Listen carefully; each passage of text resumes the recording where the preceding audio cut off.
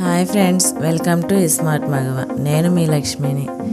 ఈరోజు వచ్చేసి మీకు మిగిలిపోయిన దోశ పిండితో నేను పొంగనాలు వేస్తున్నాను.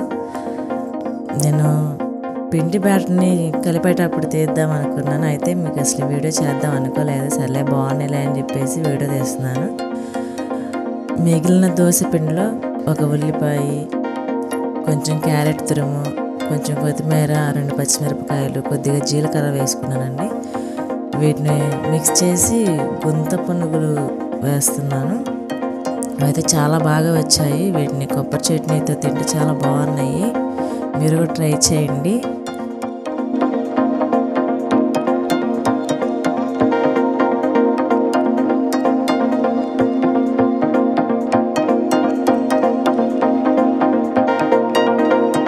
ఈ వీడియో కనుక మీకు నచ్చినట్లయితే లైక్ చేయండి, షేర్ చేయండి.